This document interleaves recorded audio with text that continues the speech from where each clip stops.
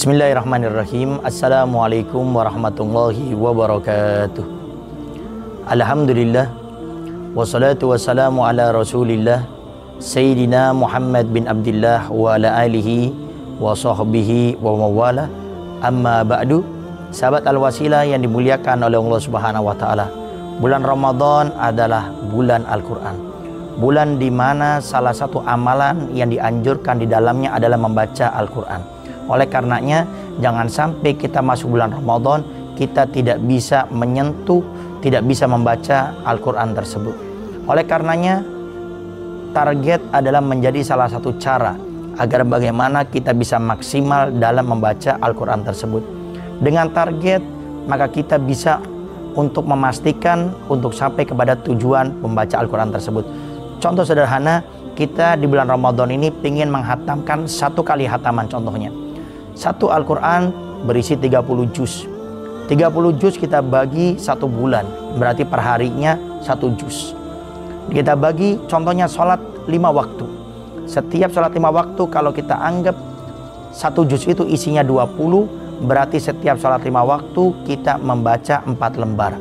Maka 4 lembar dikali 5 20, maka secara tidak kita sadari kita sudah membaca 1 juz dalam Al-Quran, dan dikali 30 kita sudah menyelesaikan satu hataman.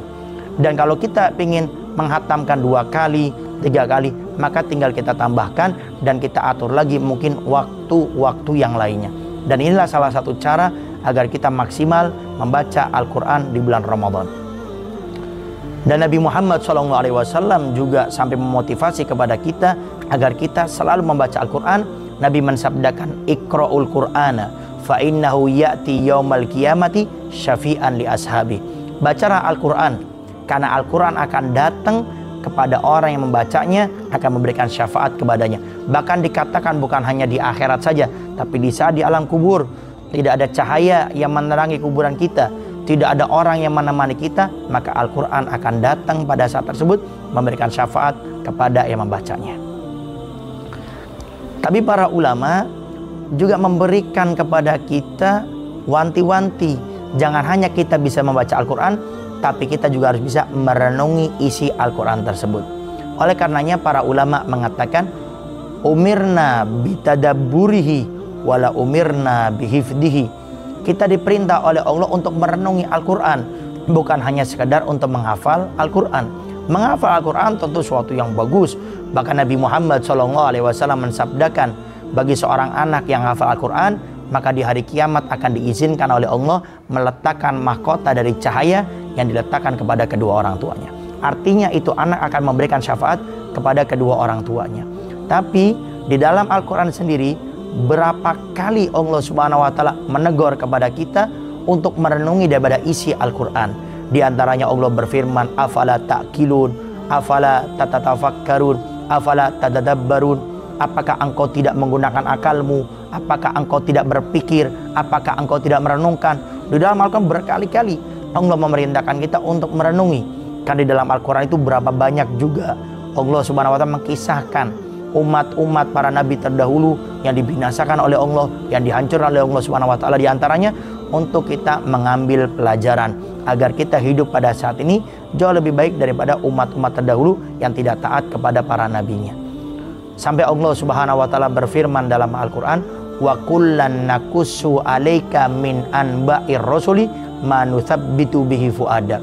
Tidaklah kami menceritakan kisah nabi-nabi terdahulu dengan umat-umatnya, kecuali kisah-kisah itu untuk diambil pelajaran untuk menguatkan hati kita. Maka di saat kita merenungi apa yang Allah tuliskan dalam Al-Quran, apa yang telah Allah tegaskan dalam Al-Quran, apa yang telah Allah turunkan dalam Al-Quran, maka itulah yang menjadikan kita ini makin baik. Tapi di saat kita hanya sekedar membacanya saja tanpa merenunginya, maka sulit. Pertanyaan sederhananya, Ustadz, saya tidak pernah belajar bahasa Arab sehingga saya tidak tahu bagaimana itu cara merenungi Al-Quran. Maka jawabannya dengan kita membaca Al-Quran, kemudian kita mengambil 2-3 baris, membaca terjemahannya, membaca artinya. Tapi tentunya referensi kalau bisa Al-Quran terjemah daripada guru-guru kita yang sudah memberikan rekomendasi di dalam terjemahan Al-Quran tersebut. Dengan itu kita juga bisa menjadi orang-orang yang semangat beribadahnya, bisa menjadi orang yang takut kepada Allah Subhanahu wa taala. Bahkan Al-Habib Abdullah bin Alwi bin Muhammad Al-Haddad dalam kitabnya Risalatul Mu'awana, beliau mengatakan salah satu cara untuk menghadirkan keyakinan kita kepada Allah adalah dengan kita membaca Al-Quran dengan direnungi artinya.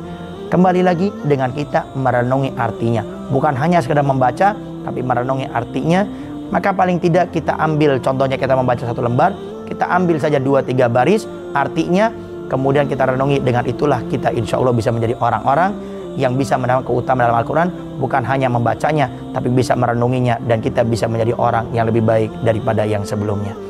Sahabat Al-Wasilah yang dimuliakan oleh Allah Subhanahu wa taala, semoga bulan Ramadan ini menjadi bulan yang penuh dengan semangat kita membaca Al-Quran dan bisa merenungi daripada isi Al-Quran, dan semoga kita bisa menjadi orang-orang yang dengan berkah Al-Quran kita menjadi orang yang lebih baik daripada yang sebelumnya. Assalamualaikum warahmatullahi wabarakatuh.